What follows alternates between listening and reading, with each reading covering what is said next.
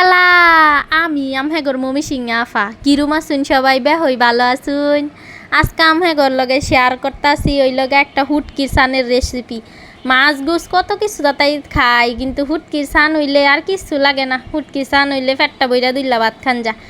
এর লিগে আমি আজকে হুটকি সান নান্দাম ফইলাই যে লড়াটা গরম হইরা পরে দেয়ালছিলাম হৌরার তেল দিয়া বেশি হইরা পেঁয়াজ রসুন কাটা দিয়া পরে দেয়া দিছিলাম হইছে গা হলদির গুঁড়া মরিচের গুঁড়া দেয়া দিছি সে হজের গুঁড়া পরে দিয়েছিলাম নুন স্বাদ মতো নুন দিয়া এরপরে দা লাড়া সাড়া কইরা বালা মতন কষায় নিছি ময় মশলা দি কষানি হয়ে গেছে পরে দেয়া দিছি বাইগুন আলু গুঁড়া শুক্কা বাইগুন সব দিয়া বালা মতনে নাড়াচাড়া কইরা কষাইয়া এইখানেও আমি কিন্তু বাঁশপাতা শুটকিটা দেওয়া রান্তাছি।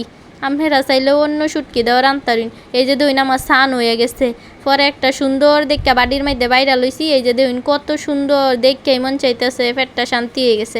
আচ্ছা জায়গা আজকার মতো বালা থাউন যা।